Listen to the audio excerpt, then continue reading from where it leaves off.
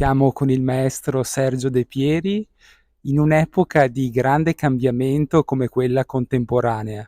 Che significato ha suonare uno strumento sacro come l'organo? Non posso dirti, deve essere una grande emozione sempre, specialmente questo Callido qua, che è uno dei più belli che abbiamo nel Veneto.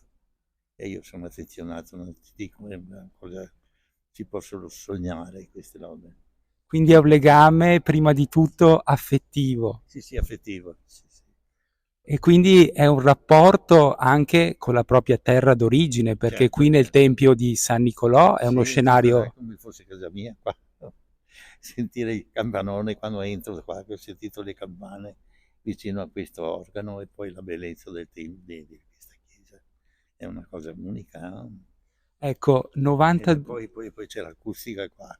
E poi c'è la mia terra, no? Dove trovi un posto meraviglioso così. Come San Nicolò è difficile, eh? Anche una delle più grandi chiese che abbiamo nel Veneto, è questa. Quindi un artista, un uomo di mondo come lei, che ha vissuto una carriera accademica, ha vissuto l'Australia, tornare nella terra d'origine lascia sempre un sapore particolare. Eh sì, non si può, no, no, non posso restare in Australia sempre, no. Sono ritornato a casa praticamente, nonostante abbia un grande rispetto e la mia seconda nazione, però dove sono nato non c'è posto. Ecco, un'ultima domanda.